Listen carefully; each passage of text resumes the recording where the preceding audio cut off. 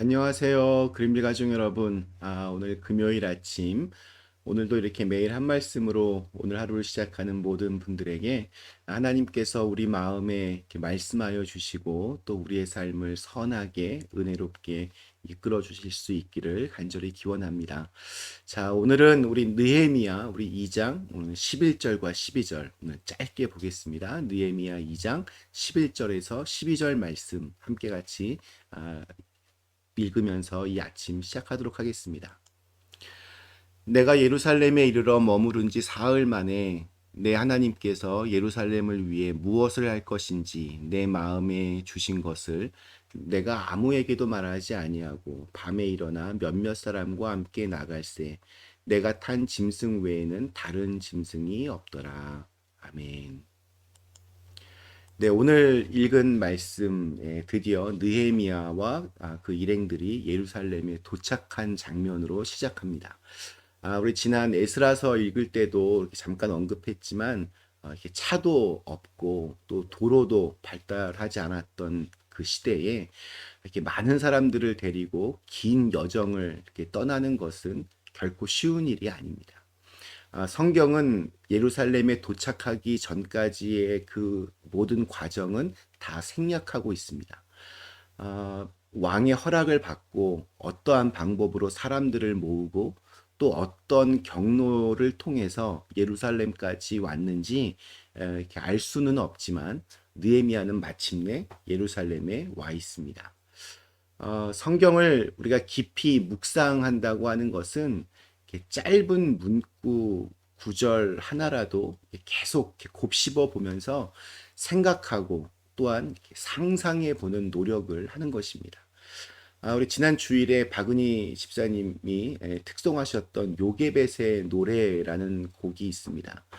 자신의 그 갓난 아이를 갈대 상자에 누이고 나일강에 이렇게 떠내 보내는 이 엄마의 마음을 아주 가슴 절절하게 그렇게 그리고 있습니다. 그 노래의 가사가 이렇습니다. 작은 갈대 상자 물이 새지 않도록 역청과 나무진을 칠하네. 어떤 마음이었을까? 그녀의 두 눈엔 눈물이 흐르고 흘러. 동그란 눈으로 엄마를 보고 있는 아이와 입을 맞추고 상자를 덮고 강가에 띄우며 간절히 기도했겠지. 정처 없이 강물에 흔들흔들 흘러내려가는 그 상자를 보며 눈을 감아도 보이는 아이와 눈을 맞추며 주저앉아 눈물을 흘렸겠지. 너의 삶의 참 주인, 너의 참 부모이신 하나님 그 손에 너의 삶을 맡긴다. 너의 삶의 참 주인, 너를 이끄시는 주 하나님 그 손에 너의 삶을 드린다. 어떤 마음이었을까? 그녀의 두 눈엔 눈물이 흐르고 흘러. 참 감동적인 가사입니다. 자, 그런데 이 사건이 기록되어 있는 우리 출애굽기 2장 우리 2절과 3절에는 굉장히 간단하게 이렇게만 적혀 있습니다.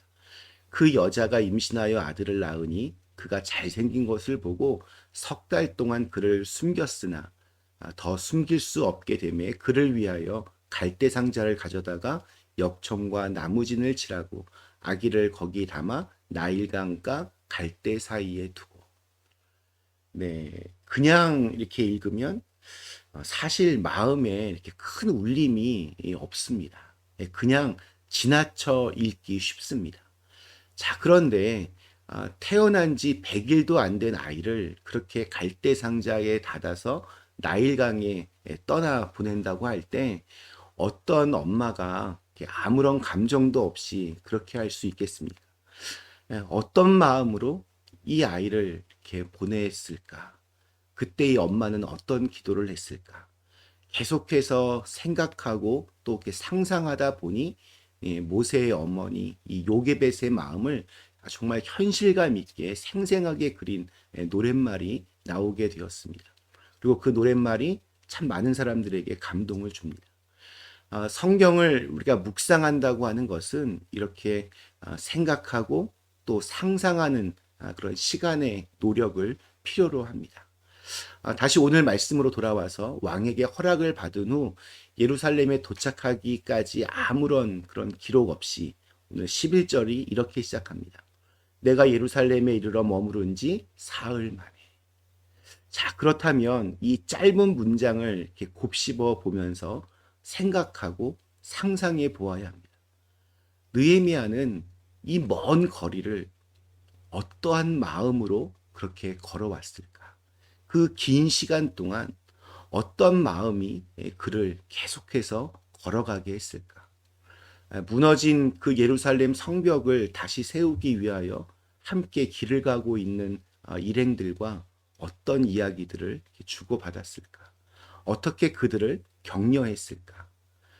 편안한 왕궁에서의 생활을 정리하고 낯선 땅으로 가는 느헤미야는 무엇이 불안했고 또 그 불안함을 어떻게 이겨냈을까? 예루살렘에 도착했다. 이 결과만 보는 것이 아니라 그 안에 숨겨져 있는 많은 생각과 감정과 결단들을 상상해 보는 것이 성경을 더 이렇게 풍성하게 깊이 있게 읽어가는 방법입니다. 대충 읽으면 은혜도 대충 옵니다. 그러나 계속해서 말씀을 이렇게 곱씹으면 곱씹을수록 더 깊은 맛을 우리가 느낄 수 있습니다. 느헤미야가 예루살렘에 도착했습니다. 그리고 사흘을 쉽니다. 뭐 여독을 푸는 시간이었을 것이고 또 무사히 잘 도착했음에 감사의 기도를 드리는 시간이었을 것입니다. 자, 그리고 슬슬 자신의 할 일을 위해서 이제 준비를 합니다. 급한 일일수록 또 아주 위중한 일일수록 우리의 기도의 시간이 필요합니다. 급한 마음을 내려놓고 하나님의 마음을 품는 시간이 참 필요합니다. 지난 4개월 동안 느헤미야는 그렇게 기도했을 것이고 또 예루살렘으로 돌아오는 그 여정 중에도 계속 기도했을 겁니다. 그의 기도 시간은 나의 감정이나 어떤 나의 소망보다 하나님의 마음을 읽는 것이 더 중요했을 것입니다. 그래서 그는 그렇게 기도의 사람이 되어갔습니다. 이것을 그는 내 마음에 주신 것이라는 문장으로 그렇게 표현을 합니다. 우리 12절 말씀, 내 하나님께서 예루살렘을 위해 무엇을 할 것인지 내 마음에 주신 것을 내가 아무에게도 말하지 아니하고 밤에 일어나 몇몇 사람과 함께 나갈새 내가 탄 짐승 외에는 다른 짐승이 없더라. 내 마음에 주신 것. 네, 이 구절이 참 이렇게 강하게 꽂힙니다. 하나님께서 느헤미야에게 주신 마음이었습니다. 예루살렘을 위해서 무엇을 해야 할지 하나님께서 느헤미야의 마음에 말씀해 주셨습니다.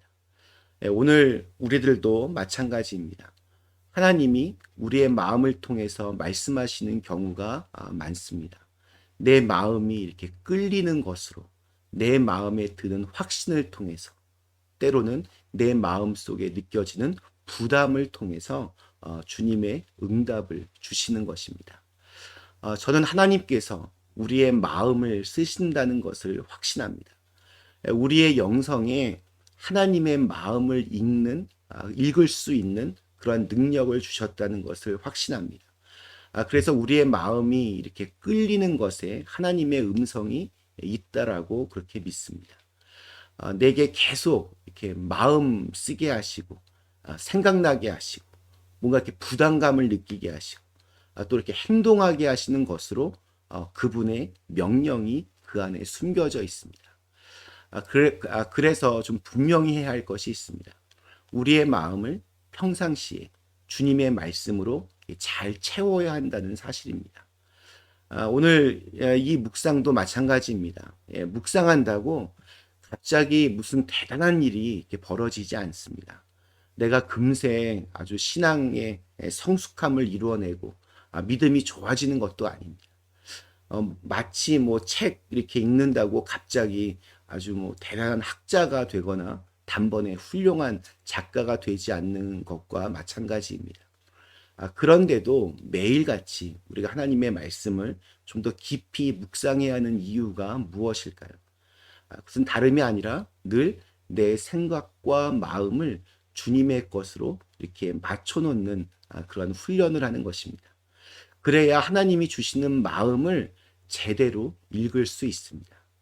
그래야 나의 마음을 통해서 주시는 하나님의 음성을 제대로 들을 수 있습니다. 가끔 이런 생각이 하나님이 주신 생각이냐고 이렇게 물어보는 분들이 있습니다. 뭐 솔직하게 뭐 저는 정확하게는 잘 모르겠습니다. 그러나 내 마음이 계속해서 그렇게 동하고 계속 생각나고 하고 싶은 마음이 든다면 그러한 방식으로 하나님께서 음성을 주시는 것도 또한 분명한 사실입니다. 다만 전제 조건이 있습니다. 내가 평상시에 늘 하나님께 주목하고 그분과 늘 기도하며 대화하고 내 욕망과 욕심이 아닌 그분의 말씀에 나의 마음을 이렇게 열고 있는가, 이것이 중요합니다. 그래서 우리 이런 말씀의 묵상 훈련이 필요합니다. 가끔 이렇게 보면 믿음 아주 좋다고 하는 분들에게서 남의 말 잘 안 듣는 그런 경우들을 볼 때가 있습니다.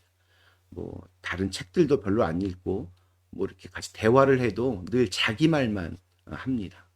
자꾸 누군가를 가르치려고만 합니다. 자, 그런 분들이 기도를 하면 어떨까요? 하나님의 말씀은 과연 들을까요?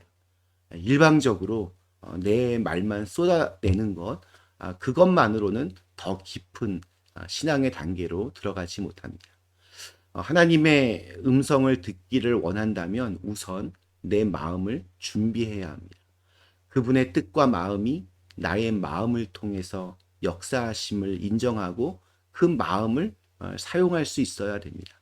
내 마음이 하나님의 말씀을 담아낼 수 있도록 그렇게 준비하는 오늘 하루가 되시기를 기원합니다.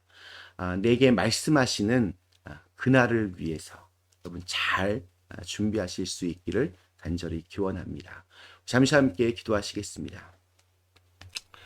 하나님은 말씀하시는 하나님이십니다. 그 말씀하신 하나님의 음성을 잘 들을 수 있도록 평상시에 우리가 성경 말씀을 읽을 때도 좀 더 깊이 묵상하고 기도할 때도 좀 더 깊이 하나님과 대화하고 우리의 마음을 그 음성을 잘 들을 수 있도록 준비할 수 있는 저희들 모두가 되게 하여 주시옵소서. 예수님의 이름으로 간절히 기도드리옵나이다. 아멘.